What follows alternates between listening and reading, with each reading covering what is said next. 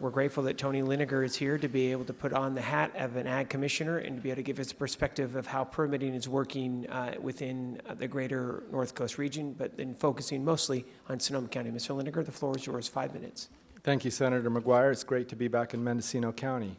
I'd like to start out by pointing out that I'm not a planning director. My perspective is a little different, and I'm approaching this from the perspective of agriculture and how conventional agriculture is regulated.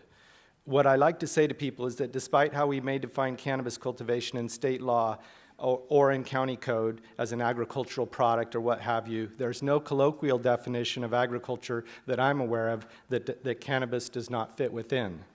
In my presentation, I'll give you some background on our efforts in Sonoma County, give a brief overview of our permitting program, some numbers, and then talk about some of the challenges we're facing. As a little bit of background, Sonoma County currently only allows for commercial medical cannabis businesses and has not yet approved commercial adult use businesses at this time. We began accepting applications in July 2017. We divided the permitting responsibilities between the Planning Department and the Ag Commissioner. The Ag Commissioner issues ministerial permits for outdoor cultivation up to 10,000 square feet on ag zone properties with a few exceptions, and the rest is issued by the Planning Department. It's important to note that due to extreme pressure from neighborhood groups, our board has prohibited commercial cultivation in rural residential and ag residential zoning. This issue is by far the most contentious issue that our board dealt with during the development of the county's ordinance.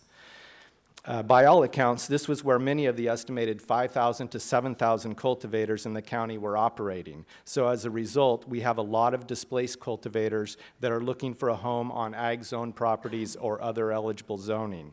A key goal of the county's program from the outset was to bring existing operators into the regulated market. In that spirit, the Board of Supervisors adopted a penalty relief program in May 2017. The penalty relief program is designed to allow cannabis businesses to continue to operate without being subject to land use fines while they complete the work necessary to either become permitted or cease operations. To date, 250 have signed up for the penalty relief program. They have until June 1st of this year to submit a full and complete application or cease operations. To date, the county has received a total of 141 applications for cultivation, 7 applications for manufacturing, and 7 for distribution. I will be focusing my comments tonight primarily on the permitting process for cultivation. Based on what we knew of the existing cultivation that was taking place in the county and the survey that CDFA conducted early in the process, we had anticipated a lot more than 141 applications. I think it is safe to say that we were expecting at least 4 to 5 times that amount.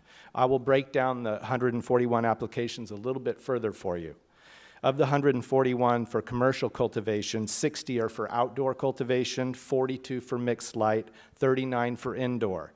In acres, the outdoor cultivation amounts to 30.7 acres, mixed light 7.9 acres, and indoor 4.3 acres for a total of 43.1 acres.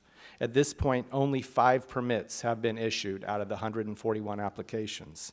I think it's important when we're discussing environmental impacts such as water to keep the scale of this land use in perspective. Under the current zoning restrictions, there are limited parcels in Sonoma County eligible for outdoor cannabis.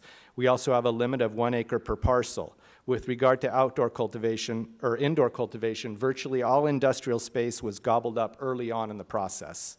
We are going on 9 months now of accepting applications and have only 30 acres of outdoor cultivation. At the most, under the current zoning requirements, I can't imagine more than about 150 acres ever being permitted in Sonoma County. I'd like to switch gears now and talk a little bit about the challenges we have faced and are facing that are affecting the success of our program. If the overall goal of the program was to create a regulatory scheme that favored a corporate, big dollar, new money industry, then I think we have succeeded. If the goal was to create a workable regulatory pathway for existing cultivators to become legal, I think we've failed. From my perspective, there are a multitude of reasons for this, and I will try to hit on a few of the major ones as I see them. And Mr. Liniger, you have about 30 seconds, so it's going to be... I'm just getting to the good part. Just hang on one second. I want to make sure that we're able to hit everyone. And then I just also want to remind you, we're probably going to have a few dozen folks that are going to want to have public comment. So why don't we do this? If it works for folks, we'll say 60 seconds. Going to ask Mr. Liniger to be able to wrap up. And then he can also be able to speak again in the question section. So Mr. Liniger. I'll start with CEQA. Because the county and state programs are subject to CEQA, counties must do either a mitigated negative declaration or a full EIR to start their program. It takes a long time to do an EIR, and with this land use, it is difficult to establish a baseline due to the lack of data. In addition, you'll have to defend your EIR in court against legal challenges, so that can be expensive and tie up your program. We chose to do a mitigated negative declaration, which essentially means that you have to mitigate all the impacts of cannabis cultivation. This is the reason why the environmental requirements are over the top. No agricultural industry that I know of could withstand the burden of CEQA compliance, so I'm not sure how we expect cannabis cultivators to do so. Any other ag industry would be run out of business if they were held to this standard. As a result of CEQA, in Sonoma County, the environmental requirements are exponentially disproportionate to the size and scale of these operations. The analogy that comes to my mind is killing a fly with a sledgehammer. There's a long list of studies required to obtain a cultivation permit. Hydrogeologic studies for groundwater, biotic assessments, cultural resource studies, enrollment in the water board program, lake and stream bed alteration agreements, on and on and on. As far as I can tell, the only people that have really benefited from this are the consultants. It takes... Mr. Liniger, we're going to say 30 seconds, and you can also complete what you don't hit as soon as we complete the other panel. So please, if you have 30 seconds, then we welcome you to come back. I'll talk fast. It takes tens of thousands, if not hundreds of thousands of dollars to get your foot in the door of this industry.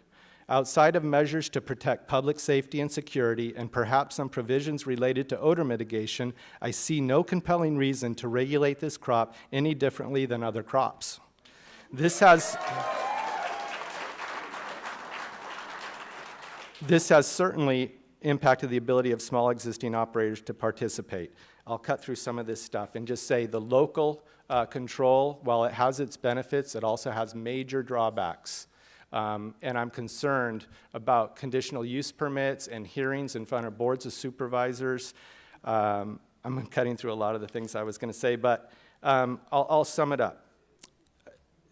There's a lack of business certainty, which is occurring largely as a result of this local control. Not only do businesses have to worry about federal prohibition, but they also have to worry about uncertainty at the local level.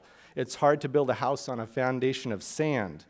The uncertainty inherent in the conditional use permitting process and compounded by the fact that the county can essentially repeal their ordinance overnight is contributing to this.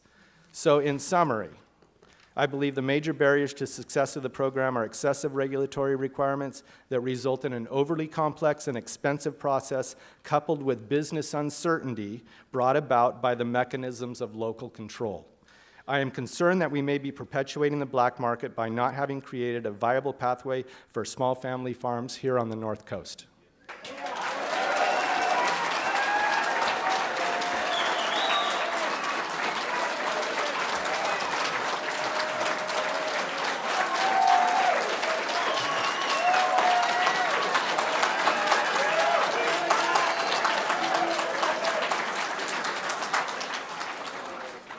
Well, ladies and gentlemen, I think we're adjourned. Hey, there we go.